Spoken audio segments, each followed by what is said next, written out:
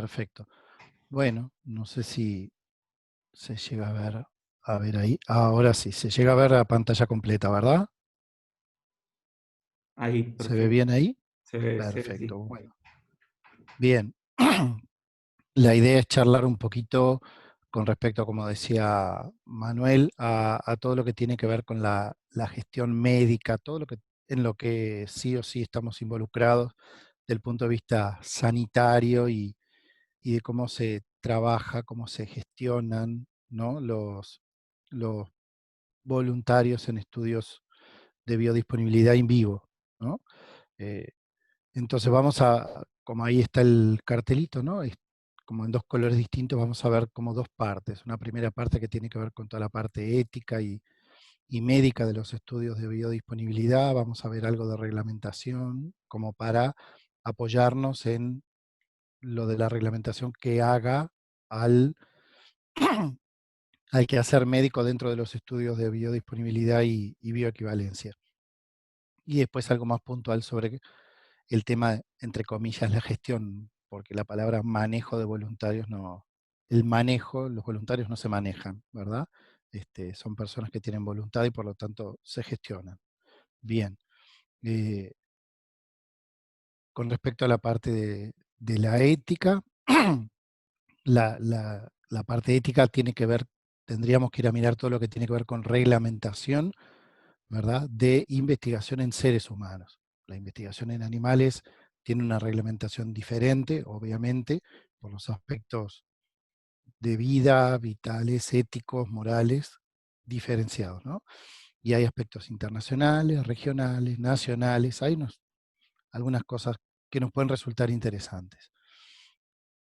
Entonces, comencemos un poco con que todo, si se quiere, el documento madre o el documento más grande que tenemos que ir a mirar es lo que se llama la Declaración Universal de Derechos Humanos, que fue proclamada por la Asamblea de las Naciones Unidas ya el 10 de diciembre de 1948. O sea que esto ya tiene, ¿verdad? 60 años de haber sido proclamado o más. ¿Mm? Se puede bajar por internet, está disponible en muchos sitios, cuenta con 30 artículos que consagran los derechos de cada individuo eh, a nivel del planeta y obviamente esta declaración es reconocida por todos los países que la firman. Uruguay fue uno de los países que la firmó y por lo tanto los reconoce. Recuerden, no vamos a entrar en detalles, pero una cosa es reconocer firmando esta Declaración de Derechos Humanos y otra cosa es velar porque realmente se cumplan. Son dos aspectos distintos. Bueno, con respecto a lo que es investigación, obviamente vamos a buscar que se cumpla, ¿verdad? Tener como horizonte primero y horizonte último el tema de los derechos humanos de quienes participan en la investigación. Obviamente, de esta Declaración Universal me interesa rescatarles, que se ve allí abajo, el artículo 3, que dice que todo individuo tiene derecho a la vida, a la libertad y a la seguridad de su persona. Y me parece que esto es una de las cosas que tiene que primar a la hora de investigar. Luego, en segundo lugar, tenemos de lo internacional la Declaración de Helsinki, que es muy conocida, fue hecha, obviamente hecha en esa ciudad, ¿verdad? Fue una declaración hecha por la Asociación Médica Mundial, ¿m? En junio de 1964, ¿verdad? Y en esta declaración se habla justamente de los principios éticos para la investigación médica en seres humanos. Obviamente, contextuándonos en el tiempo, esto es llamativamente como casi, casi 20 años después, ¿verdad? De terminada la Segunda Guerra Mundial, cuando en realidad se habían sabido un montón de horrores con respecto a la investigación médica sin garantías de derecho de ningún tipo para quienes, incluso sin voluntad propia, eran obligados a participar, ¿verdad? Ni mencionar de los crímenes ocurridos en guerras previas, justamente por eso estaba mencionando esto. En esta declaración de la Asamblea Mundial de Helsinki, visto desde el lugar del médico, que es, entre otras cosas, del que les puedo hablar. Vean que dice que el deber del médico es promover y velar por la salud de los pacientes, incluidos los que participan en investigación médica, que no los podemos llamar pacientes, justamente, ¿verdad? Porque entran con, a ver, puede haber una investigación clínica con pacientes, ¿tá? Pero incluso aquellos pacientes que participen en investigación médica, ¿verdad? Hay que promover y velar su salud, obviamente. Vamos a ir profundizando un poquito más en eso. Los conocimientos, la conciencia del médico tienen que estar subordinados siempre al cumplimiento del deber de promover y velar la salud de los pacientes. En otro artículo, la investigación médica en seres humanos, el bienestar de la persona que participa en la investigación tiene que tener siempre la primacía sobre todos los otros intereses. ¿Mm? O sea que lo primero es el bienestar de quien participa en la investigación. Esto tiene que estar siempre, ¿verdad?, como primer objetivo cuando uno se refiere a la investigación en seres humanos. El propósito principal de la investigación en seres humanos es comprender causas, evolución, efectos de las enfermedades, mejorar intervenciones preventivas, diagnósticas, terapéuticas, mejorar lo terapéutico, por ejemplo, un estudio de bioequivalencia, ¿no? En estas mejores intervenciones tiene que ser evaluado siempre, ¿verdad?, que sean seguras, que sean eficaces, efectivas, accesibles y de calidad, ¿no? Seguras, eficaces, efectivas, accesibles y de calidad. Si alguien tiene alguna duda, me interrumpen, me preguntan, no hay problema. En la investigación médica es deber del médico proteger la vida, la salud, la dignidad, la integridad, el derecho a la autodeterminación, la intimidad y la confidencialidad de la información personal de quienes participan en la investigación. Obviamente, ¿no? Se vuelve a recalcar, hay que proteger la vida, proteger la salud, la dignidad, la integridad y el derecho a la autodeterminación. Autodeterminación en el sentido de participo, no participo, dejo de participar. Eso lo vamos a profundizar más adelante. Bien, la investigación médica en seres humanos tiene que conformarse con principios científicos generalmente aceptados y debe apoyarse en un profundo conocimiento de la bibliografía científica, en otras fuentes de información pertinentes, así como, ¿verdad?, en experimentos correctamente realizados. O sea, eh, tenemos que tener una buena base científica de bibliografía que nos apoye, ¿verdad?, el objetivo de nuestro trabajo.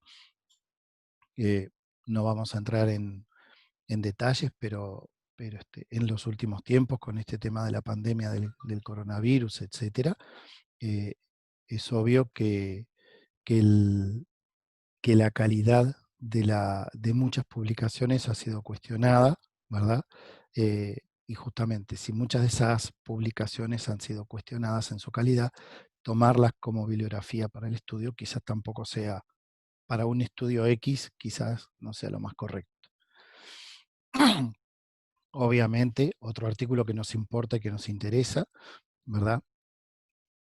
El proyecto, el método, cualquier estudio en seres humanos tiene que estar escrito, tiene que haber un protocolo de investigación, ¿verdad? Esto es la base de, de cualquier investigación en seres humanos. Tiene que haber un protocolo de investigación y en el protocolo siempre tiene que haber referencia a las consideraciones éticas de la propia investigación, ¿no?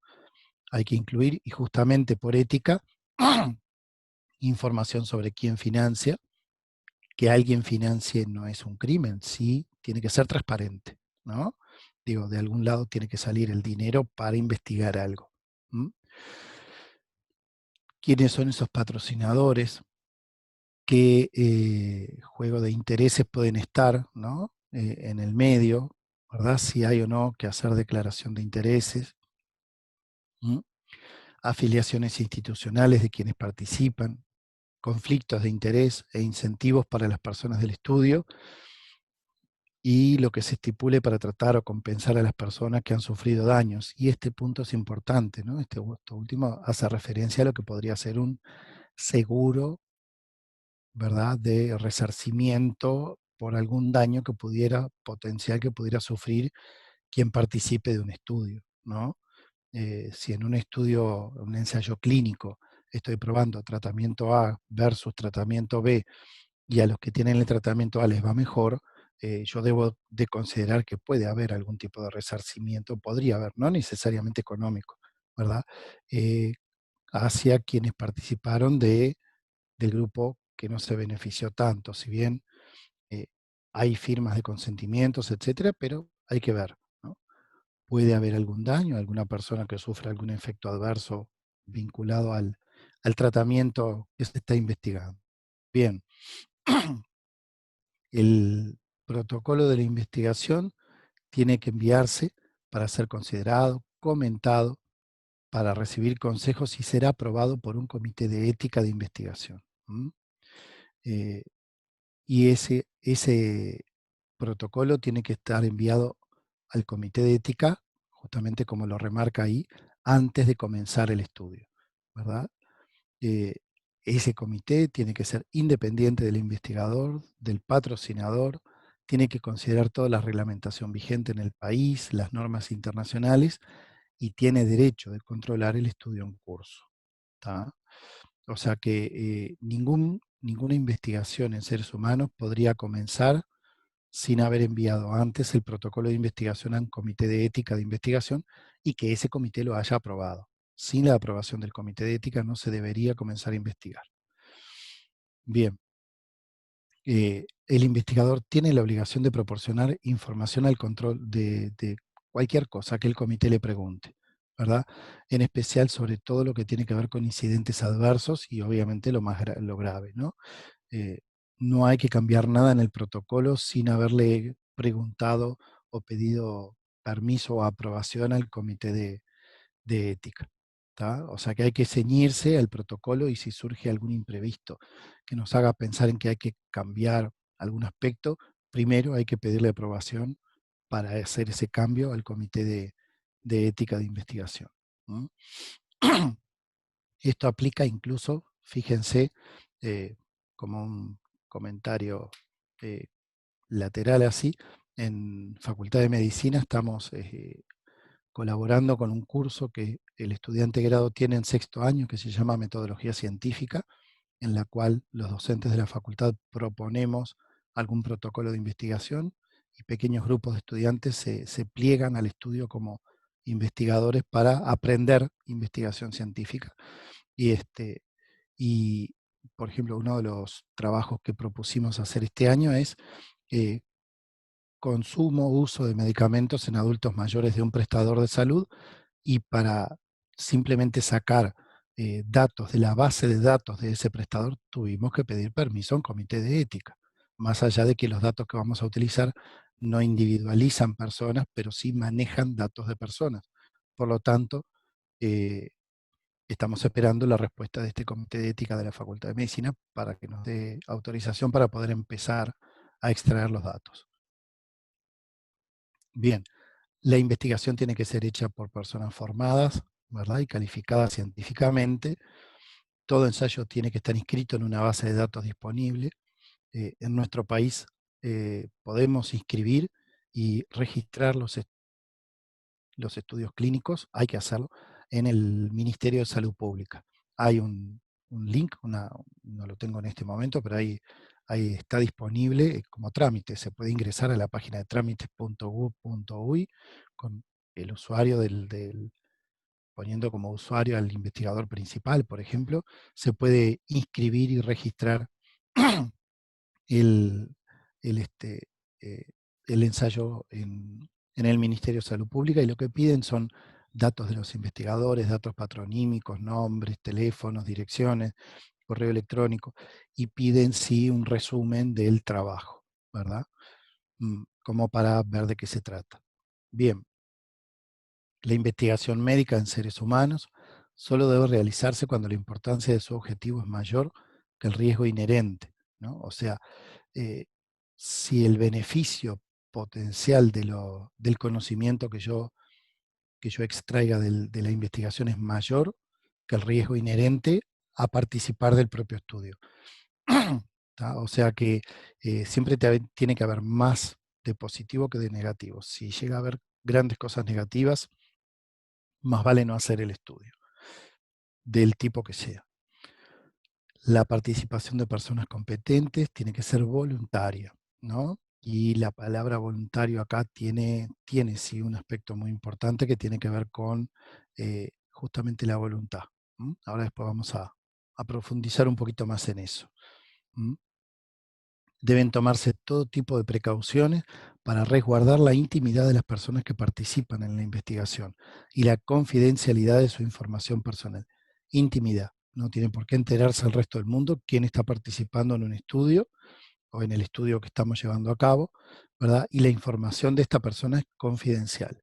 Si es rubio, alto, bajo, morocho, eh, Juan, Pedro, no importa. Esa información es confidencial y no se puede filtrar hacia afuera, ¿verdad? De la investigación, para reducir al mínimo justamente las consecuencias que puedan tener sobre el individuo el hecho de haber participado en la investigación.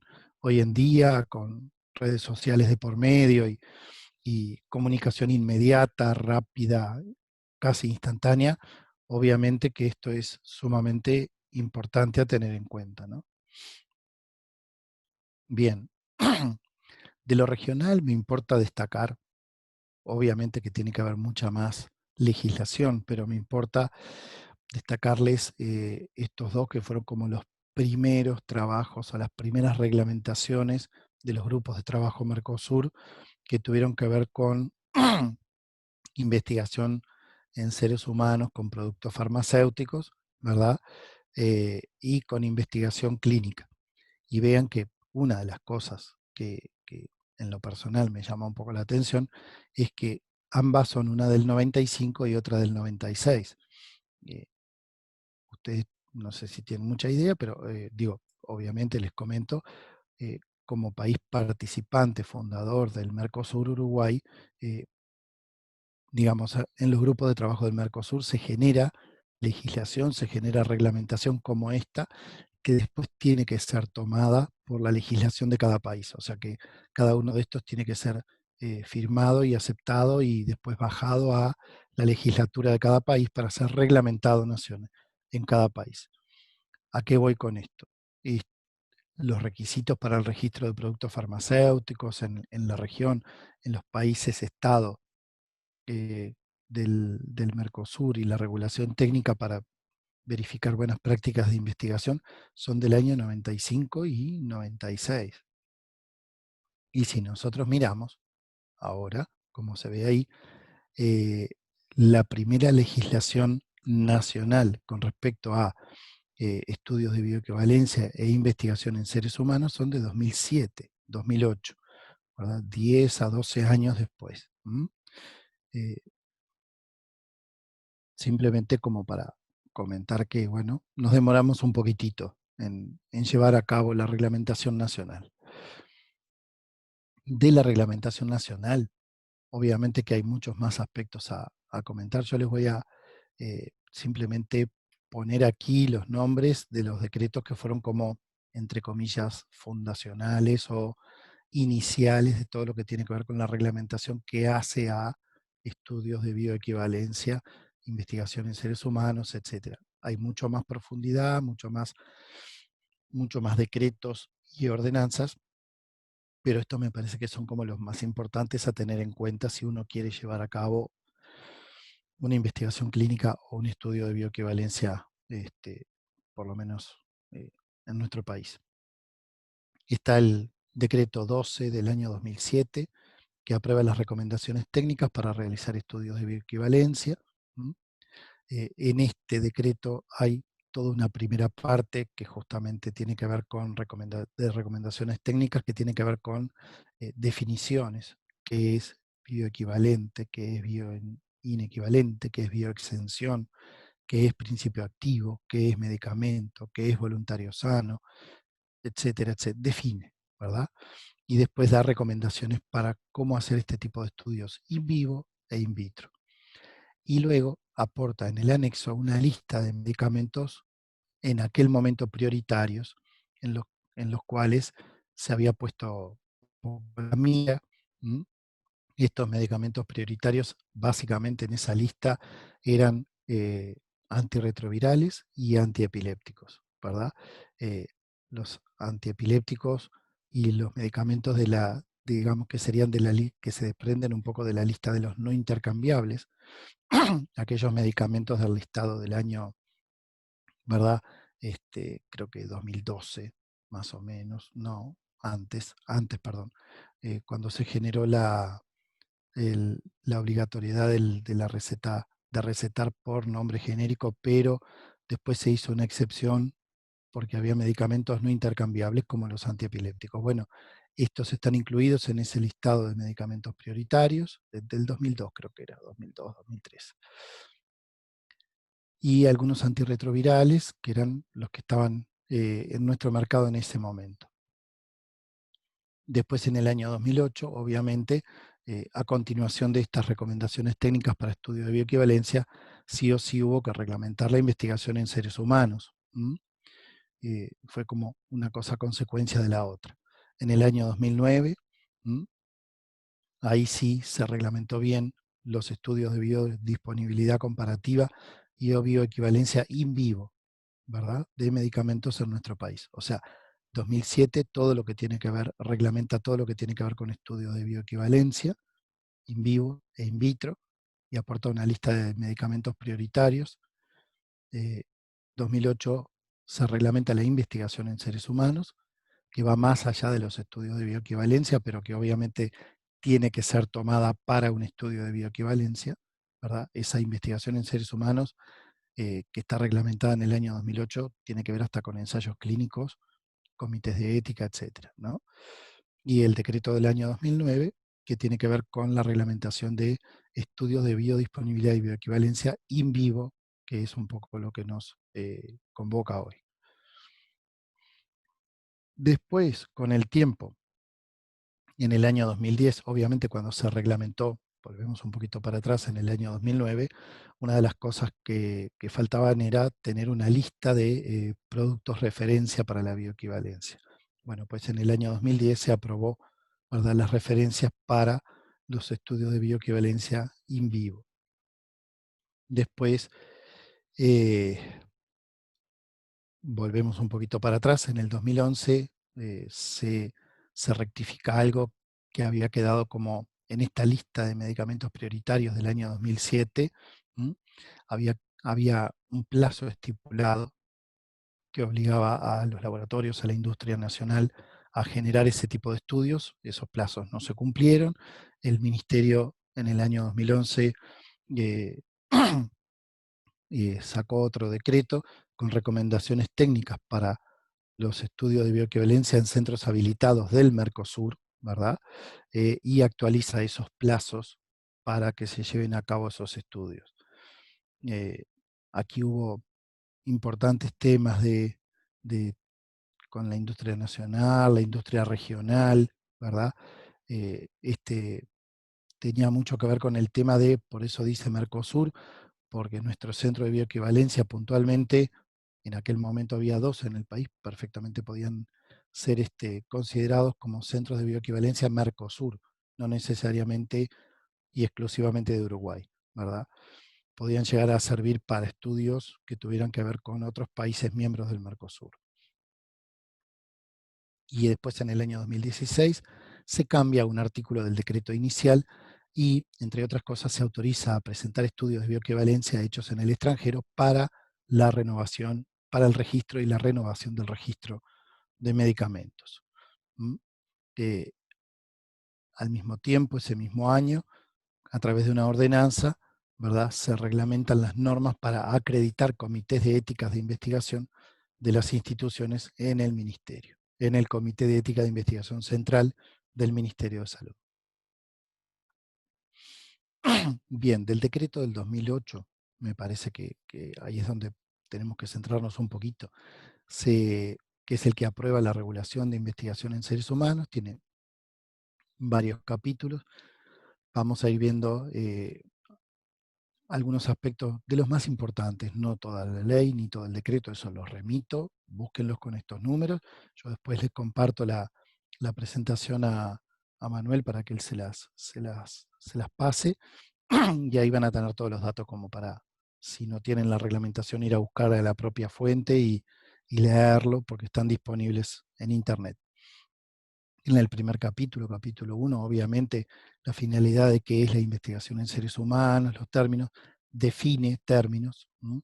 Qué es un voluntario, qué es la participación voluntaria, qué es el consentimiento informado, todas esas cosas, define.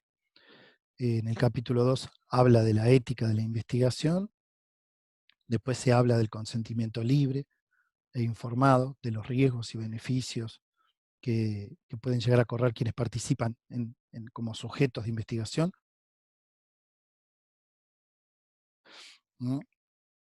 Tenemos que ir a los 4 principios básicos de la ética informado, otorgado al investigador por el participante, por el sujeto de investigación. Em, autonomía. Yo puedo decidir, ¿verdad? Sí o no y qué. El principio de beneficencia, ¿no? Aquello del primum non nocere, primero no dañar. Buscar el máximo beneficio con el mínimo riesgo y el mínimo daño. La no maleficencia, evitar el daño previsible. Y el principio de justicia, tratar de considerar en forma igual todos los intereses que puedan llegar a haber. A veces esos intereses, si son contrapuestos, habrá que balancearlos en la forma más justa posible. Y a estos 4 principios básicos tenemos que agregar un quinto principio ético, ¿verdad? Que tiene que acompañar siempre cualquier investigación médica, que es el de la calidad y la transparencia, ¿no? Para justamente ayudar a garantizar la autonomía, la beneficencia, la no maleficencia y la justicia, tenemos que tener calidad de la investigación, de la información, de cómo se mide y transparencia total de cómo se trabaja, de lo que se investiga y de, bueno, con el principio de no hay nada que esconder, ¿no? Lo que estamos haciendo tiene un fin positivo, un objetivo ético, no hay nada que esconder. Con respecto al consentimiento libre e informado, y esto es muy importante, el consentimiento tiene que ser escrito con un lenguaje accesible, accesible a quien participa, al sujeto de investigación.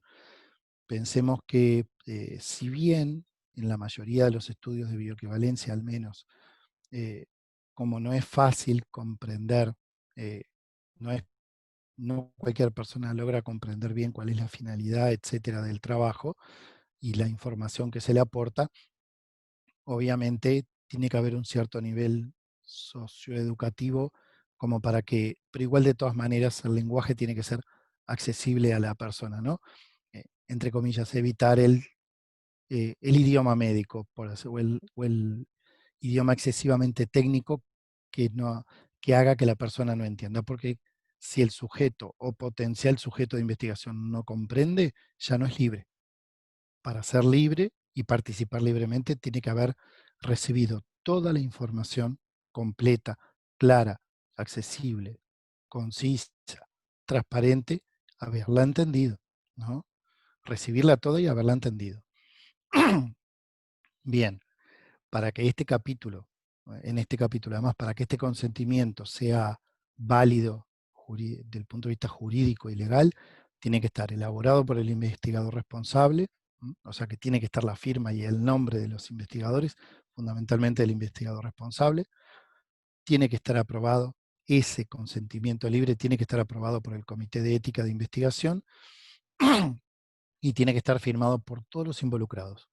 Por ejemplo, en este caso, como mínimo, investigador y sujeto de investigación. Y en 2 vías, una vía para cada uno.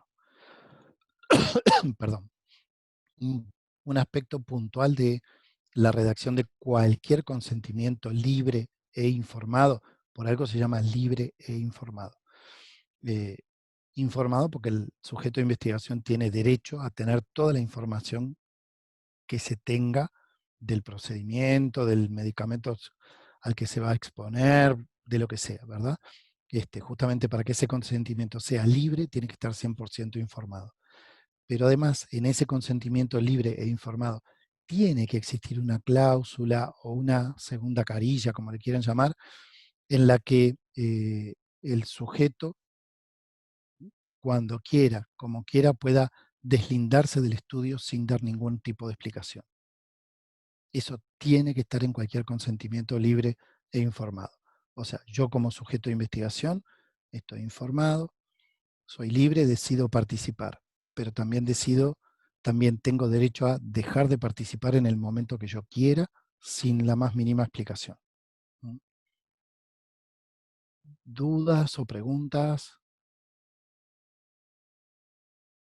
Bien. Con respecto Cualquier a... cosa, si alguien tiene una duda y la quiere hacer al chat, yo te aviso. Este, Bien, bien, si alguno no. perfecto.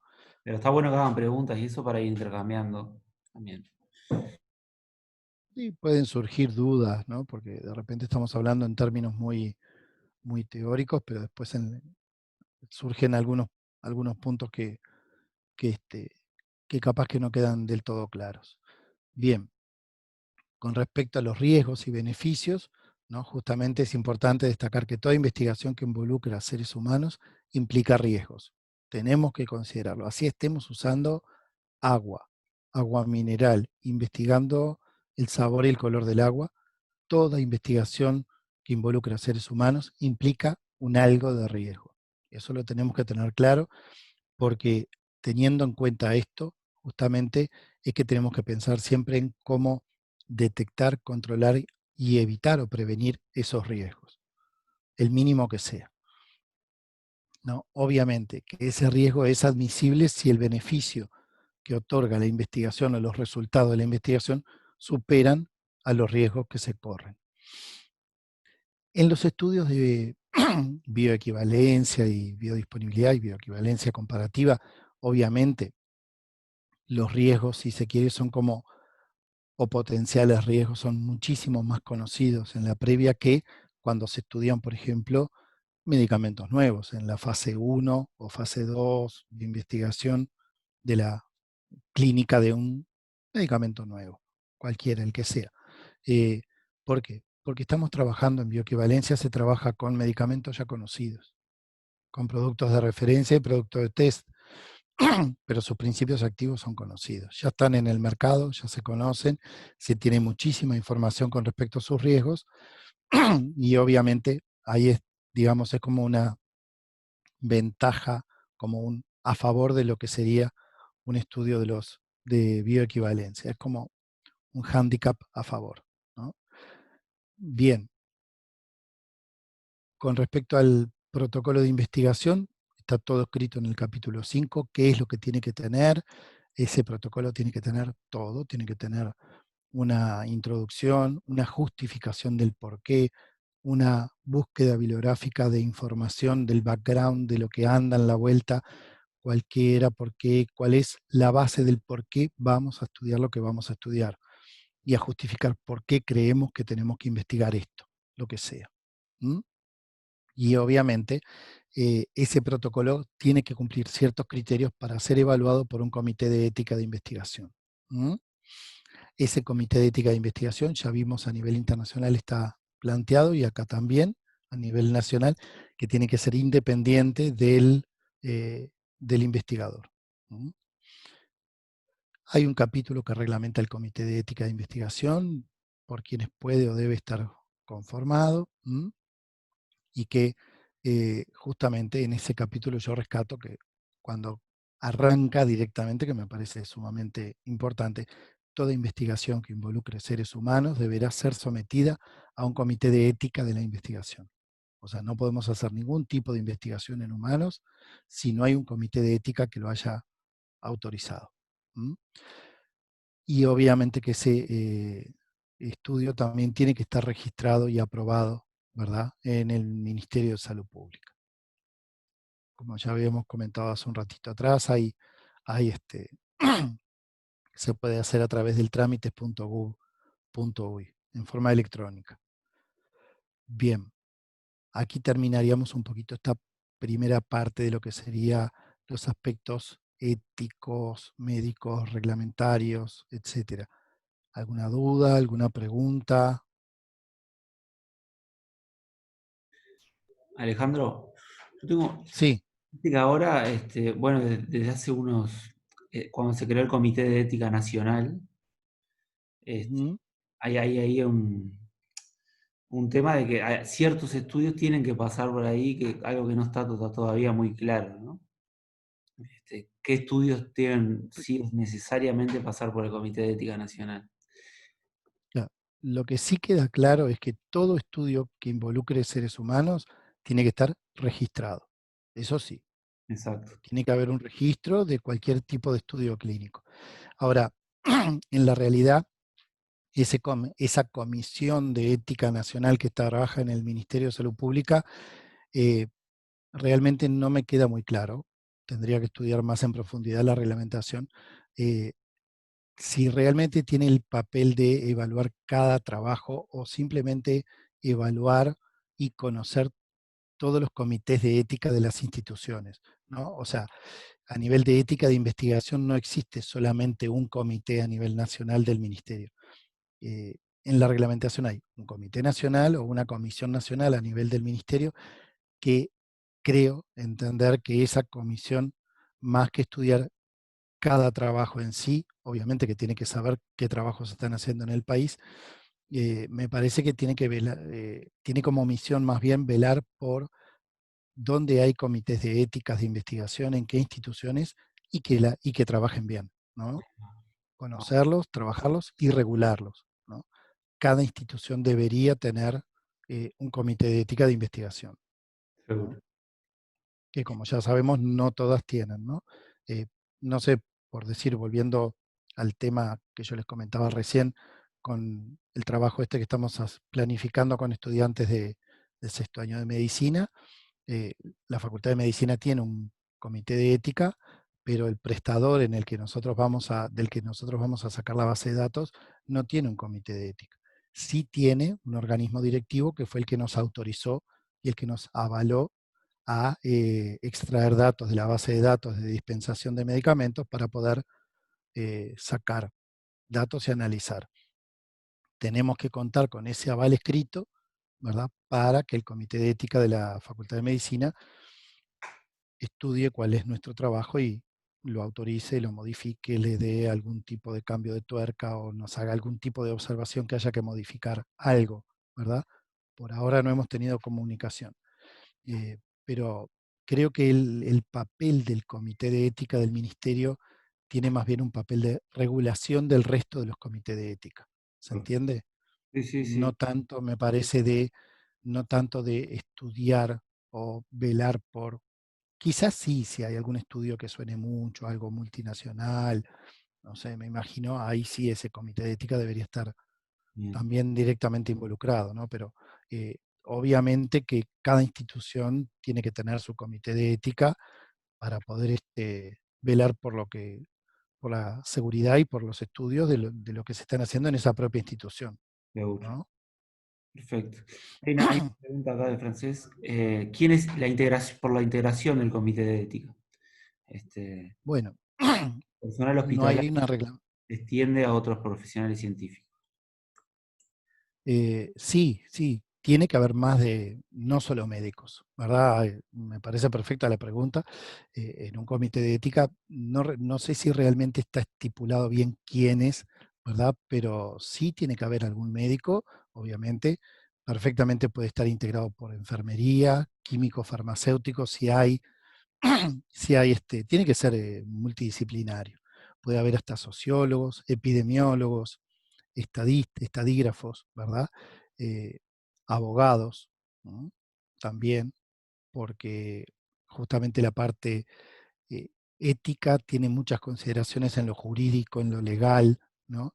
Eh, cuanta mejor integración más en cuanto a multidisciplinario sea, me parece que más rica es la consideración y más rico el trabajo de un comité de ética, ¿no? De un punto de vista personal. Realmente, ¿qué en profundidad dice la reglamentación nuestra?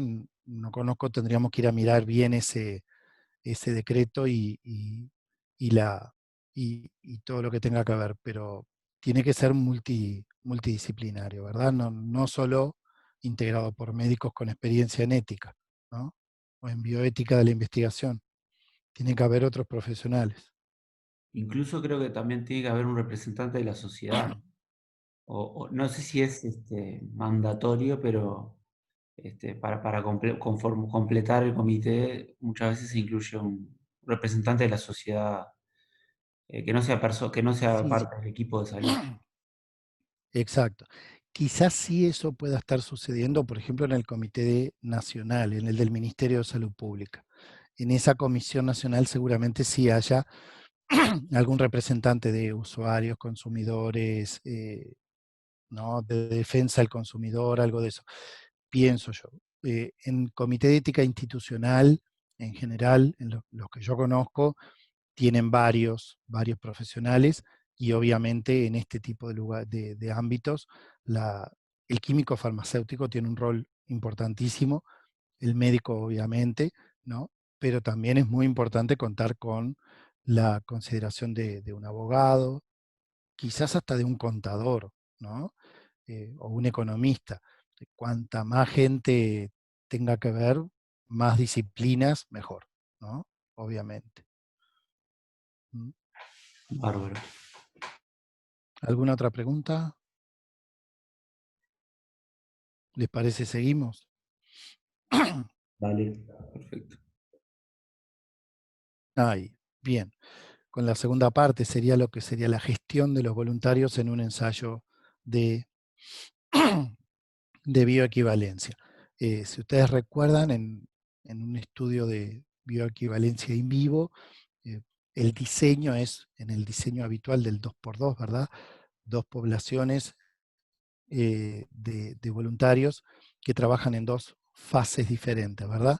Eh, en la primera fase, una mitad de la población recibe una dosis del medicamento test y la otra mitad recibe el medicamento referencia. Y en la segunda fase se invierten. Los que recibieron el test reciben la referencia y los que reciben la referencia reciben el test, ¿verdad? Bien, eso por un lado.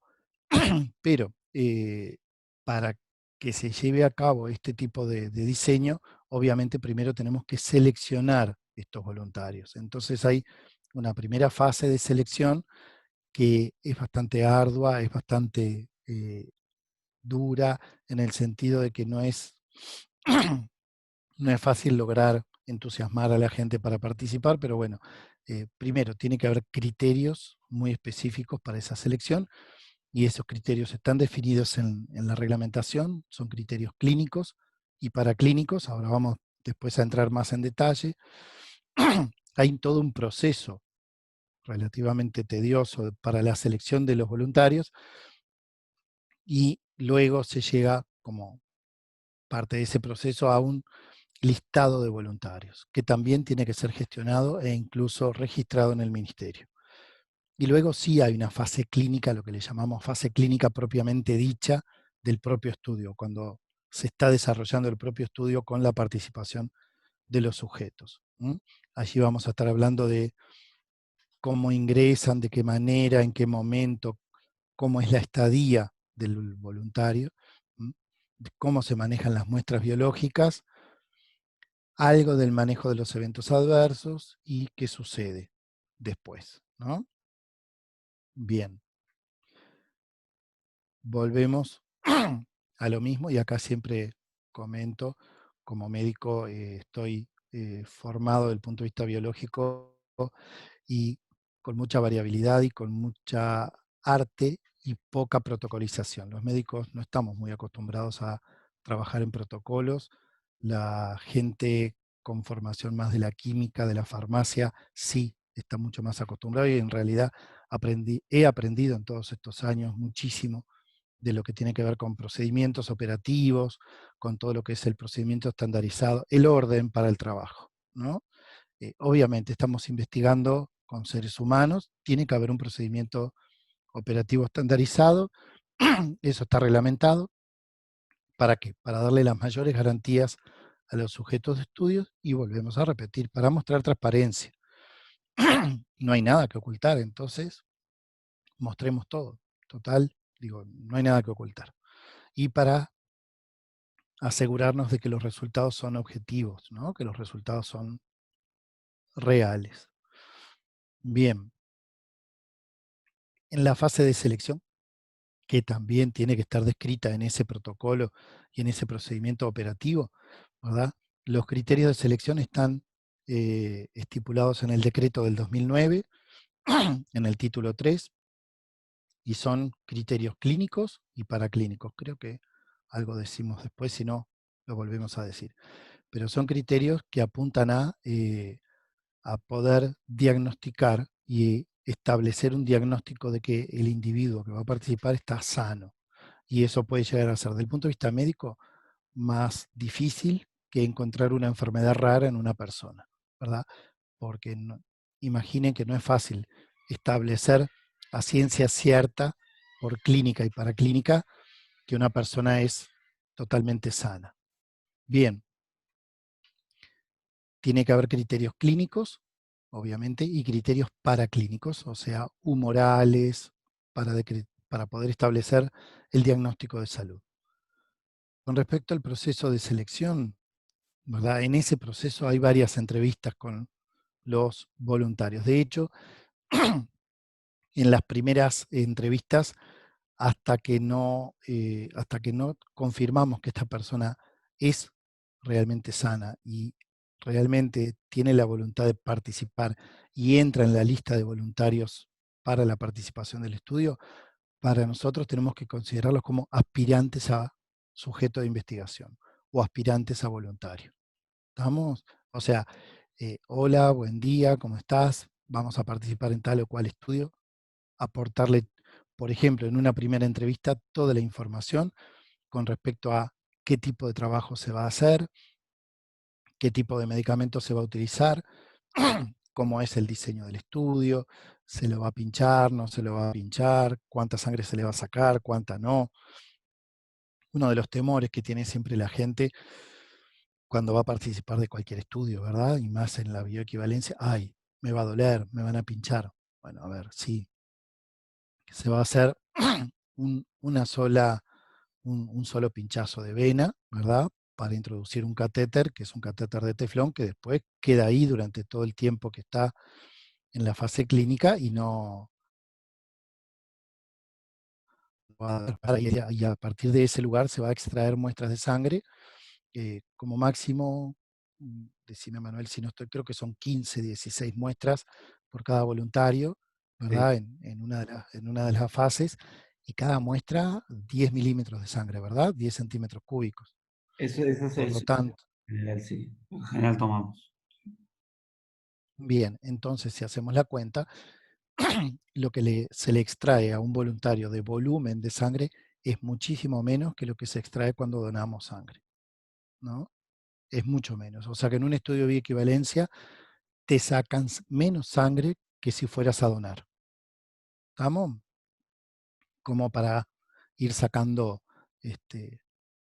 ciertos temores que la gente pueda tener. Bueno, ¿qué medicamento es? ¿Para qué sirve?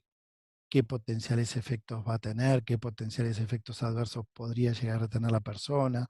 Y en base a eso también podemos perfilar del punto de vista clínico, por ejemplo, si en algún momento pensamos en investigar un medicamento que pueda tener efectos adversos en personas con antecedentes depresivos, bueno, vamos a tener que despistar en las entrevistas clínicas si la persona tiene o no riesgo de ser depresivo o estuvo en tratamiento depresivo, quizás ahí ya lo tengamos que excluir del estudio y no lo podamos incluir. ¿Mm? Por, por mencionar algo. Vamos a utilizar un medicamento que pueda llegar a provocar broncoespasmos si la persona es asmática, obviamente no la vamos a poder incluir, porque el riesgo es muy alto, ¿verdad? De que le pase algo adverso. Una vez que se has logrado seleccionar desde el punto de vista clínico y paraclínico, ¿verdad? Al voluntario, la paraclínica en el decreto está bien estipulado: hemograma, funcionalidad hepática, ionograma, funcionalidad renal, un montón de paraclínica dirigida a establecer el estado de salud del voluntario. Pero también podemos pensar en alguna paraclínica específica para detectar alguna posible toxicidad especial, ¿verdad? del fármaco que estemos investigando. No sé, por decir, si es un fármaco que pueda elevar una enzima específica, bueno, haremos un estudio de esa enzima específica, ¿no? Eh, por así decirlo, si es un fármaco que pueda elevar la hemoglobina glicosilada, estudiaremos eso puntualmente también como dentro de los parámetros paraclínicos. Bien, luego de todo esto se llega justamente con estas varias entrevistas. Por ejemplo, perdón, en una primera entrevista se le aporta toda la información al, al candidato, ¿verdad? Y luego se le da unos días y se le dice, bueno, se le entrega un montón de material escrito.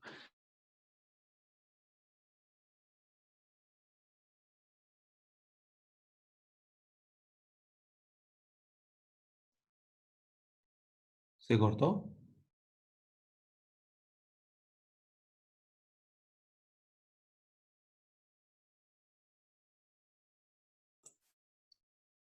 Se cortó un poco se cortó la conexión, quizás, Alejandro. Esperemos unos minutos. Menos miedos va a tener. Bien, una vez que llegamos a seleccionar a esas personas como voluntarios sanos, ¿verdad? En nuestra reglamentación, si yo mal no me acuerdo, está estipulado que tiene que haber igual cantidad de hombres que de mujeres, ¿m?, participando en estudios de bioequivalencia. Este punto de la reglamentación no es igual en todos los países. He visto estudios de biodisponibilidad, por ejemplo, en Jordania o en países árabes, en los cuales solo participan individuos de género masculino. No sé si es un tema para evitar la variabilidad involucrada en el ciclo estral o un tema religioso, no tengo idea, pero la reglamentación, ¿verdad?, habla de participación de voluntarios sanos, hombres. Bien, en nuestro país está estipulado que tiene que haber de los dos géneros. Información, la información que se le da al voluntario tiene que ser total, toda, bien detallada. Tiene que haber un consentimiento informado, escrito, lo tiene que firmar el voluntario. Vuelvo a repetir, en ese consentimiento informado tiene que haber una cláusula o una hoja o una carilla de dejo de participar sin dar ningún tipo de explicación. ¿Estamos? Bien. Ese listado de voluntarios tiene que ser comunicado al Ministerio de Salud Pública. Entre otras cosas, porque así está estipulado. Y en segundo lugar, porque nuestra reglamentación dice que quien participa en un estudio clínico de bioequivalencia no puede volver a participar, ¿verdad?, en los 6 meses posteriores. Entre otras cosas, la finalidad de este punto de la reglamentación es evitar que la persona lucre o viva de participar en ensayos clínicos, como sucede en otros países.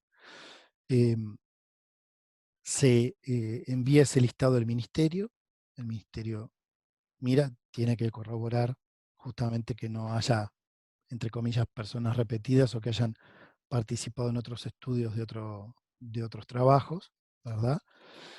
Y luego sí se establece la fase clínica propiamente dicha, o sea, el día del estudio, ¿no? El día D para los médicos que participamos en el estudio. El día que estamos realmente con los voluntarios, no pacientes, son voluntarios sanos. Es lo que se llamaría el primer periodo.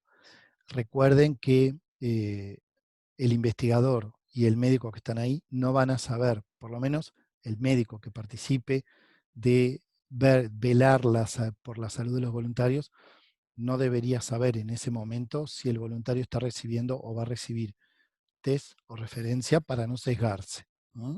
Bien, eso sí lo debe saber el responsable, el investigador responsable. En el primer periodo, entonces, se les dan instrucciones previas a los voluntarios a tal día, por ejemplo, sábado a las 7:30, tienen que presentarse en la puerta con sus pertenencias, un bolso con ropa, etcétera, para, entre otras cosas, verificar que siga estando sano, ¿no? Verificar su estado de salud.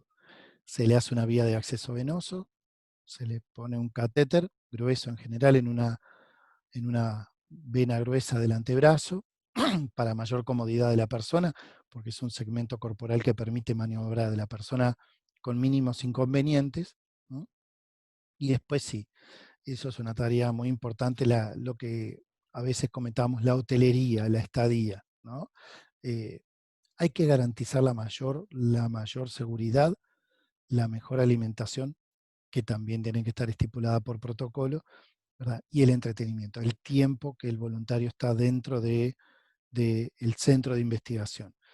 Eh, la estadía tiene que ser grata, tiene que haber la menor cantidad de inconvenientes posibles. Imagínense que van a haber 8, 10, 12, 16 personas, eh, muchos de ellos desconocidos entre sí, conviviendo, por ejemplo, 24 horas en un ámbito cerrado, controlado, sin acceso al mundo exterior, porque es las condiciones en las que se tiene que investigar dentro del centro, dentro del lugar donde se esté llevando a cabo el estudio de bioequivalencia.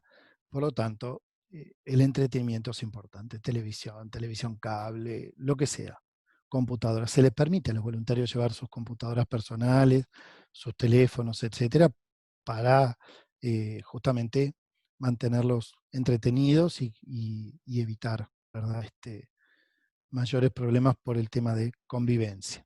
Bien, otro punto importante, tenemos que tener personal de enfermería entrenado para este tipo de trabajos, para el acceso venoso, para la extracción de la sangre a los tiempos estipulados. Mm, En general, allá en el CBIOE lo que hemos hecho es eh, dividir a los voluntarios en dos pequeñas mitades. Unos empiezan, imagínense, por ejemplo, primera extracción de tiempo cero a las 8 de la mañana y los otros 8:10. ¿Para qué? Para que el personal de enfermería tenga el tiempo suficiente y las garantías como para que la extracción de sangre sea segura y en buenas condiciones. Y para no tener que tener necesariamente un enfermero por cada voluntario. De esta manera también se racionalizan mejor los recursos humanos que se están utilizando en el estudio. Y obviamente se reducen costos. Bien, esas muestras biológicas, esa sangre que se extrae, se tiene que manejar con criterios de bioseguridad, guantes, sobre túnicas, etcétera. La enfermería le entrega esas muestras a otra persona que tiene que ver con el laboratorio del estudio, y entre otras cosas va a separar sangre de la sangre de los elementos formes y el plasma por centrifugación, y esas muestras, ¿verdad?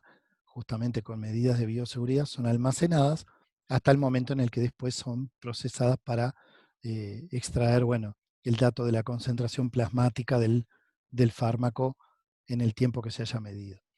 Obviamente, como ya deben haber hablado en alguna otra instancia previa, se saca una muestra a tiempo cero, concentración plasmática cero.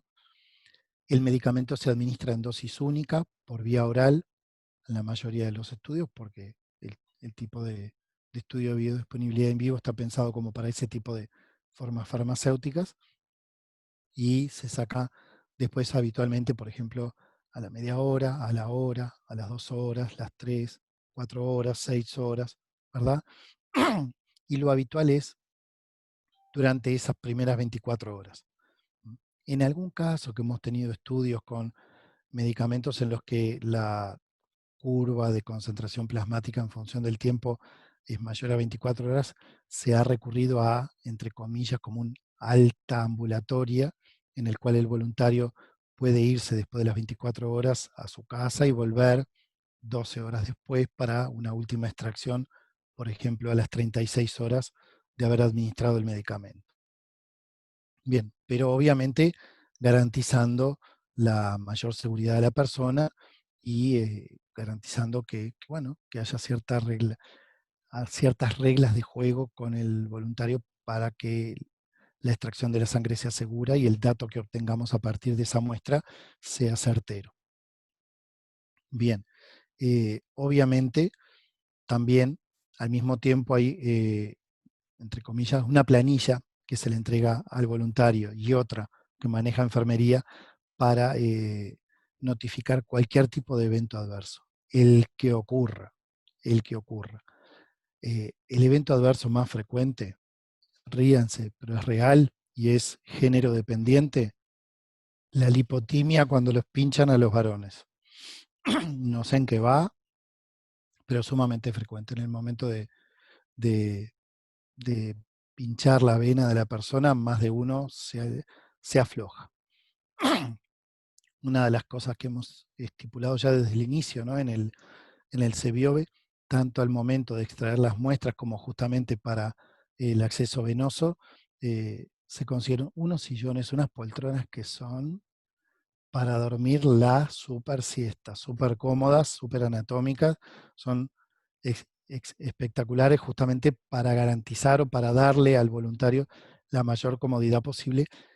Y si en el momento que lo están pinchando se le aflojan, ¿verdad? Le viene la lipotimia, bueno, rápidamente se lo acuesta y eso facilita la recuperación de la persona. Estos eventos adversos tienen que estar planillados y después en esa planilla el investigador eh, verá si tienen, están directamente vinculados o no, o podrían estar vinculados o no al medicamento en investigación, y eso se aporta después como dato al Ministerio de Salud Pública y al Comité de Ética de Investigación. Como médicos, cuando vemos esto que dice eventos adversos ahí abajo, que dice estar preparados para lo peor.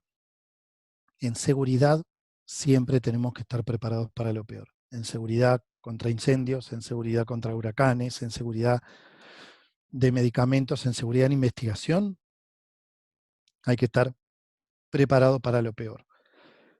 O sea, pensar en que lo peor pueda ocurrir. De hecho, en el CBOB, que físicamente los estudios se llevaron a cabo en instalaciones del Hospital Español, eh, teníamos previsto ya por contrato con el hospital eh, el día de que se establecía la fase clínica de un estudio de biodisponibilidad, se le pedía al hospital una cama del CTI libre, pronta, por cualquier cosa que pudiera ocurrir. Si bien es sumamente difícil, ¿verdad? Súper raro que pueda ocurrir algo grave, si llega a pasar, tiene que haber todo pronto. De hecho, en algún momento, Manuel recordará, tuvimos una inspección de Anvisa, de la agencia brasilera, para aplicar como potencial centro de bioequivalencia para Brasil. Y una de las cosas positivas que le llamó la atención a estas autoridades fue que el centro estaba dentro de un hospital, ¿no? Porque ellos tienen algunos centros de bioequivalencia que no están directamente vinculados a hospitales. Bien, en el estar preparado para lo peor, dentro del mismo CBIOBE, físicamente preparamos una camilla con un resucitador, un respirador, y se cuenta con todo el material necesario para lo peor. ¿Estamos? Bien. Es otro punto de garantizar la mayor seguridad para los participantes de los sujetos de investigación. Bien, una vez que ese periodo 1, esa 24 horas de internación, ¿verdad? En el centro de bioequivalencia para extraer las muestras ocurrieron, sería el primer periodo de la fase clínica, viene lo que se llama la fase interperiodo. Y como médicos también tenemos que gestionar esto, entre otras cosas le tenemos que dar cuidados a los voluntarios de qué hacer o qué no hacer. Fundamentalmente, un aspecto importante, creo que me había olvidado de mencionarlo, dentro de lo que es la clínica y paraclínica previa en mujeres, es obligatorio hacer una detección de beta-HCG para un test de embarazo, ¿no? Tiene que haber un test de embarazo negativo previo para participar en el estudio. Y un consejo, un cuidado sumamente importante que hay que tener fundamentalmente para evitar un potencial embarazo en esa fase interperiodo, tienen que ser todos los cuidados de contraceptivos, ¿verdad?, en las mujeres que participen en estos estudios. Habitualmente nosotros, esta fase interperiodo, que obviamente está pensada también desde el punto de vista científico para el washout de ese medicamento que se dio en el periodo 1, en el CBOB habitualmente lo pensábamos periodo 1, llevándolo a cabo un sábado, para evitarle la mayor molestia posible en su vida diaria al voluntario. La fase interperiodo, una semana completa, ¿verdad? Y el segundo periodo o el periodo 2 lo hacíamos al sábado siguiente. Ese periodo 2 es exactamente lo mismo que en el periodo 1. La única diferencia va a estar entre que una mitad de la población que recibió el medicamento referencia va a recibir el test, y los que recibieron el test en la primera fase, en el primer periodo, ahora van a recibir la referencia. ¿Estamos? Se repite exactamente lo mismo, se ingresa a la misma hora, se verifica el estado de salud de cada individuo, se le genera la vía de acceso venoso, estadía, la alimentación tiene que estar bien estipulada y con horarios bien establecidos, ¿verdad? Y en esa consideración también está como tema importante. ¿Por qué es importante la alimentación? Porque entre otras cosas podremos llegar a llevar a cabo algún tipo de estudio de bioequivalencia con el individuo en ayunas, con la administración del medicamento en ayunas o después de haber ingerido. Va a depender de cuál sea nuestro objetivo de trabajo, del perfil del fármaco, etc. ¿Está? Bien, incluso podríamos llegar a tener la consideración de que si X medicamento se absorbe mejor con comidas ricas en grasas, y bueno, podríamos llegar a administrarle previamente a la administración del medicamento un alimento rico en grasas para favorecer la absorción del fármaco. Pero obviamente todo eso tiene que estar bien estipulado en el protocolo de investigación. ¿Mm? Bien, y ahí tiene que estar bien programadas todas las comidas del individuo. ¿Eh? Bien, acá un estudio que como un ejemplo, ¿verdad? Que se hizo hace un tiempo atrás. Se hizo un estudio de bioequivalencia de un producto antirretroviral. Los voluntarios que se seleccionaron fueron de igual cantidad para cada sexo, por reglamentación con edad entre 18 y 50 años. Así que en lo personal yo ya quedé fuera de la población de potenciales voluntarios. En la entrevista se les da la información completa, verbal, escrita, se les responden las preguntas, esto que decíamos del voluntario, una de las preguntas características frecuentes: ¿qué volumen de sangre me van a sacar? ¿Qué me va a doler? ¿Si me va a doler o no? ¿Qué riesgos puede correr o puedo correr? ¿Cuál es el objetivo? ¿Para qué se hace este estudio? ¿Cuál va a ser el beneficio que se va a obtener? ¿Qué voy a obtener por el estudio? ¿No? Los antecedentes familiares, los antecedentes personales, en las mujeres la fecha de última menstruación normal, y se hace un examen físico completo y detallado. ¿Mm? Dentro de la paraclínica previa se piden exámenes de orina y de sangre. El laboratorio en el que se hacen esos exámenes tiene que estar habilitado. Está entre preguntas, pero si bien no está reglamentado específicamente, pero conviene que esté habilitado por el Ministerio de Salud Pública.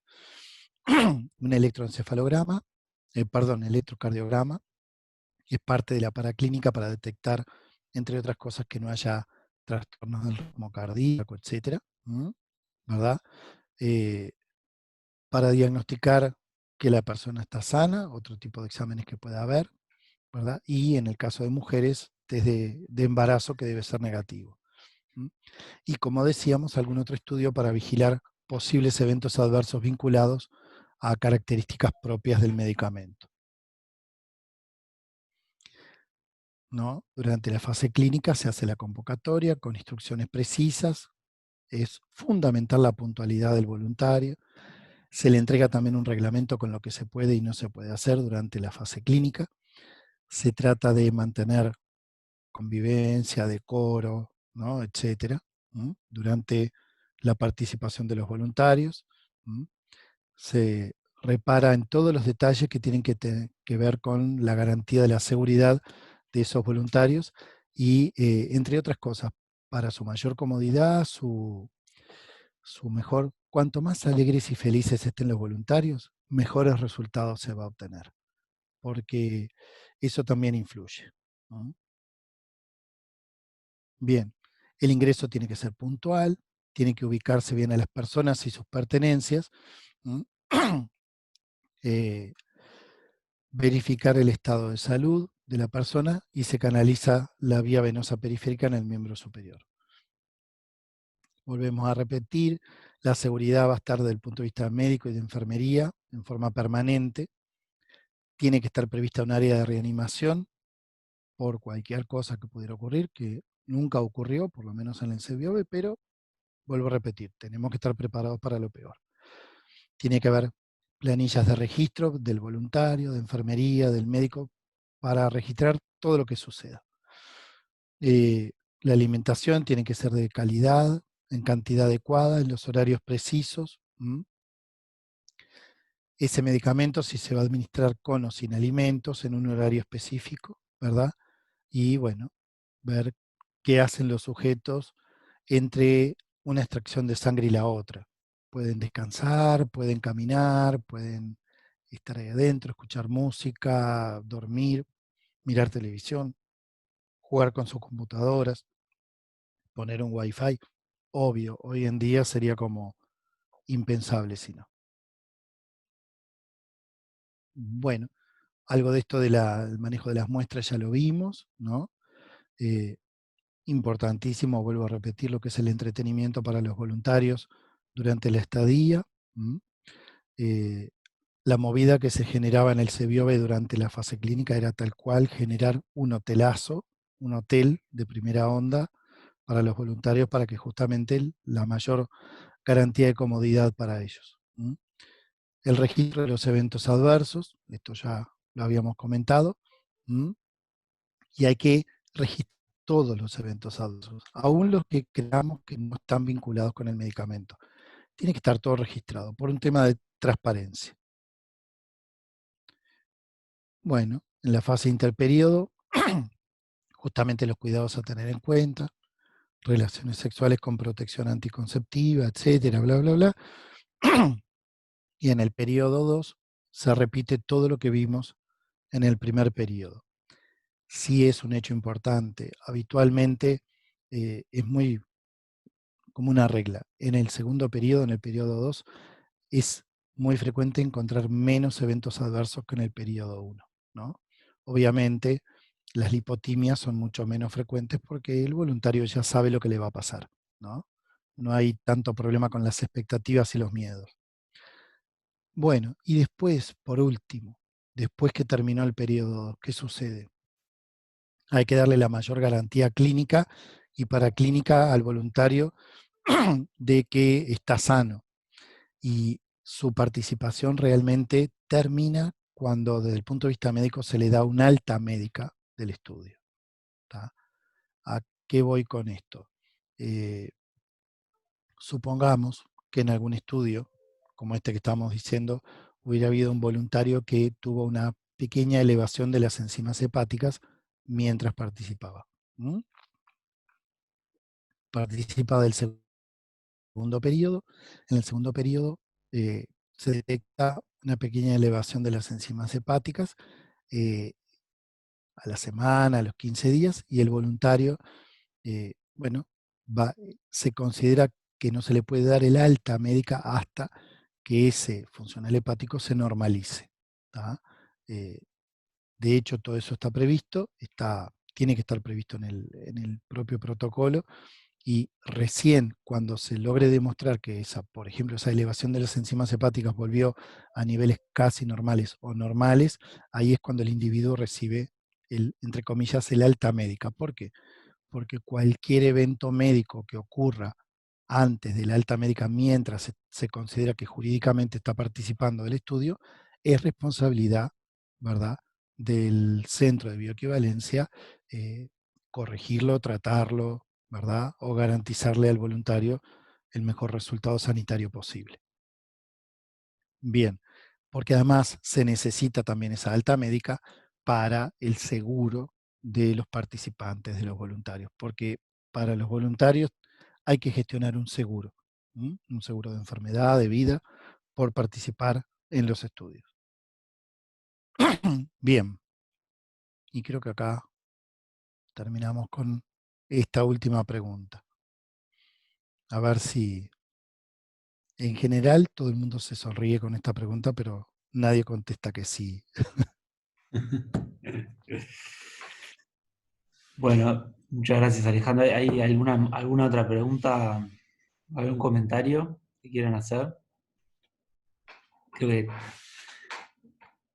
se dio un panorama muy completo de todos los aspectos, desde el momento que empezamos a pensar en un estudio hasta que lo llevamos adelante, los aspectos clínicos. Es algo que además hay que tener en cuenta los plazos, ¿no? Cuando uno programa un ensayo, un estudio de equivalencia, Mm, los plazos, las etapas que hay que cumplir, no es algo que se haga en un periodo corto, sino que más bien es algo que hay que programar con bastante tiempo para seguir los distintos.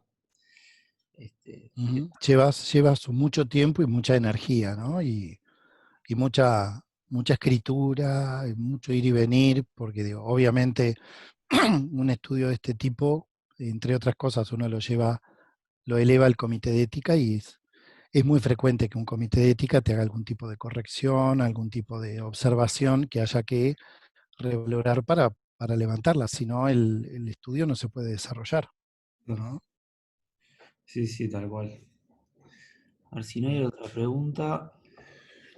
Capaz que una pregunta mía, Ujú, para hacerte de tu experiencia de práctica médica, ¿no?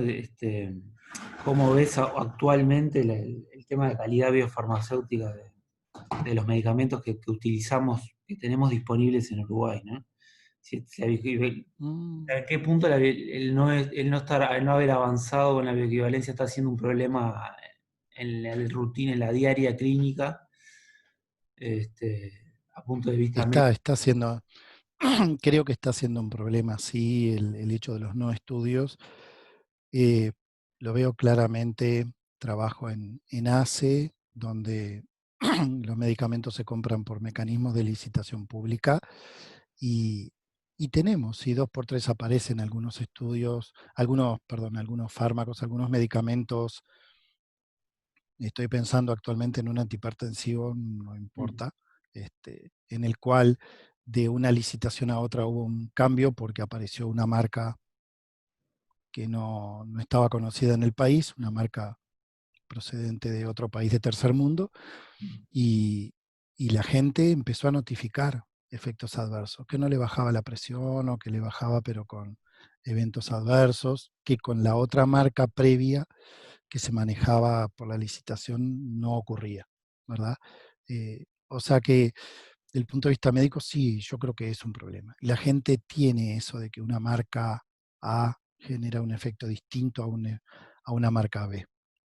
Y si bien ahí puede haber muchas variables a la hora de la diferente respuesta de un individuo, ¿no? A dos productos distintos con el mismo principio activo, eh, si bien hay muchos factores que vienen por parte del propio individuo, tampoco tenemos el 100% de garantías de decirle, no, mira, son realmente dos productos iguales. Entonces ahí ya uno queda como, ¿no? Queda como más en el aire. Puede puede ser un tema del medicamento, ¿no? bien, No lo podemos excluir. sí, tal cual. Sí. Es algo que hay que tener presente porque es una variabilidad con la cual Ujú. que existe en los medicamentos que utilizamos aquí. Exactamente, ¿no? Y sí, es real que pueda pasar y bueno, y habrá que no desacreditar que esas cosas puedan ocurrir y pensar en que, en primer lugar, el beneficio de la duda sí puede pasar. Que la persona lo que me está comentando de que la marca A le provoca esto y la marca B no se lo provoca, sí, que puede estar pasando, ¿no?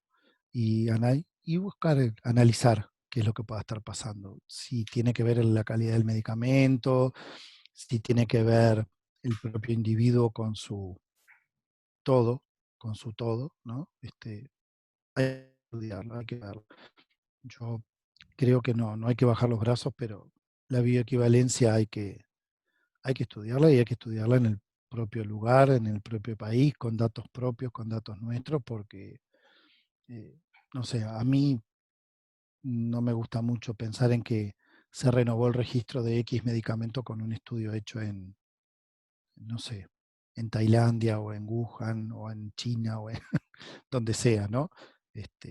Porque son poblaciones que no son necesariamente, son bien diferentes a las nuestras, ¿no? Incluso hasta el punto de vista eh, de la metabolización, de la genética, yo qué sé, cambia, ¿no?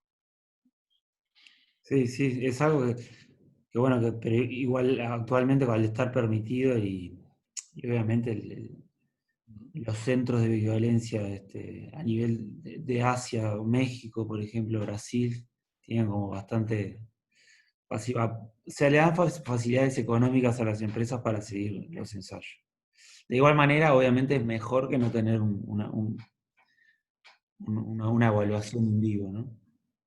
No, obviamente es una situación un poco mejor que otras, ¿no? Que el nada. Es mejor que la nada, pero bueno, no es la situación ideal, Seguro, ¿no? tal cual. Ujú. Bueno, si no hay una otra pregunta, bueno, muchísimas gracias Alejandro. Este, y bueno, nos despedimos hasta la semana que viene. Bueno, a las órdenes. Yo ahora en 5 minutos ya te estoy mandando, Manuel, por correo la presentación para que tú la compartas. Perfecto, yo la subo. Bueno, muchas gracias. Y cualquier otra duda la pueden hacer llegar también al foro y estamos en contacto. Ujú. Bueno, que pasen bien. Buen fin de semana. Gracias, hasta Hasta luego. luego. Hasta luego. Chao, gracias.